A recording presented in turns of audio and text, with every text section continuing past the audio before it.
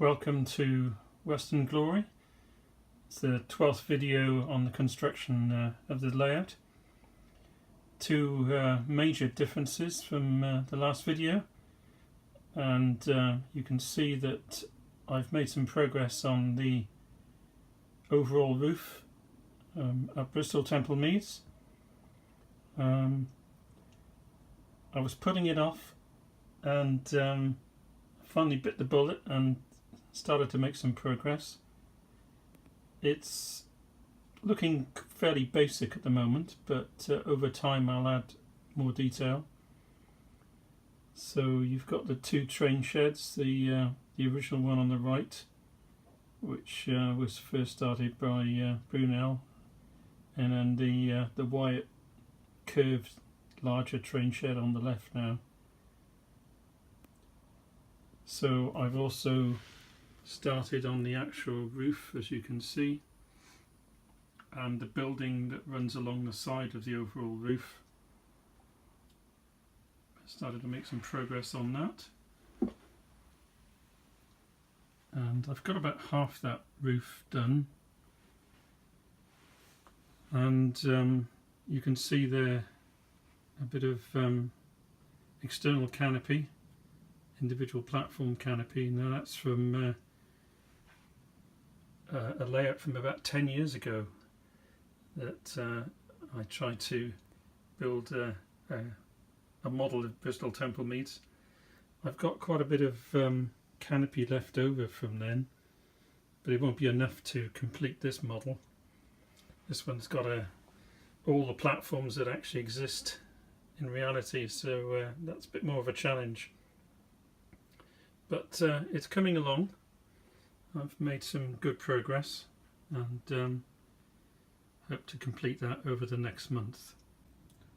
My provocation with getting going on this overall roof at Bristol Temple Meads has been largely due to trying to decide exactly how to make it.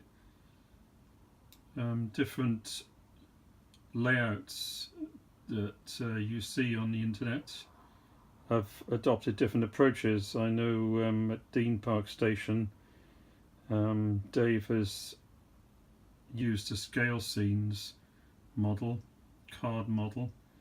I know he's already had a bit of an issue with it. He's had to take it apart and re-glue it because of probably difference in temperatures in the loft.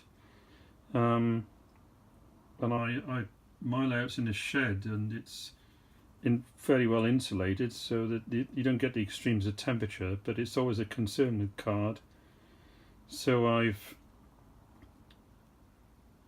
adopted a different approach, of course trying to get a proprietary model to fit a curve and to look like the front of Bristol Temple Meads. To give the appearance would be well, impossible. There isn't one out there, and I've done a lot of research and I haven't been able to come across one. So I decided to do it from scratch. On an earlier model I used acrylic sheet to do the front of the roof, and I've done the same here, and then inked out the design of the steelwork, ironwork. And you can see that probably in the picture there. When it came to doing the roof itself, it's a mixture.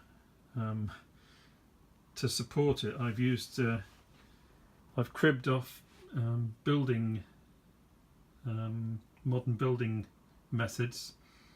They use a composite of thinner materials to form a strong joist, and I've used that sort of principle with multiple layers of card and sheet to support the roof, and then it's largely acrylic sheet, thin acrylic sheet with some card, and it's sort of under tension, so it shouldn't, in theory, warp at all, and the plastic's fairly impervious to warping, so and the sides of the supports for the roof are marine ply, so again pretty substantial. Right, so I shouldn't have a problem there.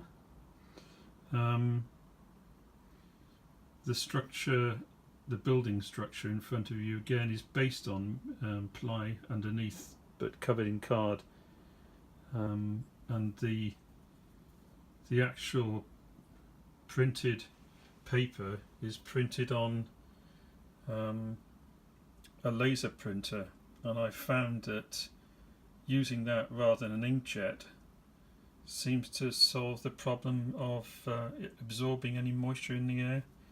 It seems to form like a film across the paper, and slightly waterproof almost. If you drop water onto it, it doesn't seem to absorb the water.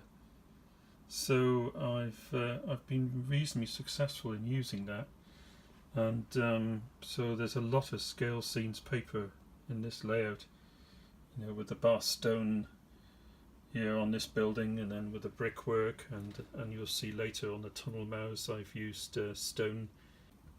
I've used quite a lot of scale scenes paper in the Sydney Gardens section of the layout, and this has been here now about 6 months, and it's had a hot summer and quite a damp winter so far, and seems to be fine at the moment.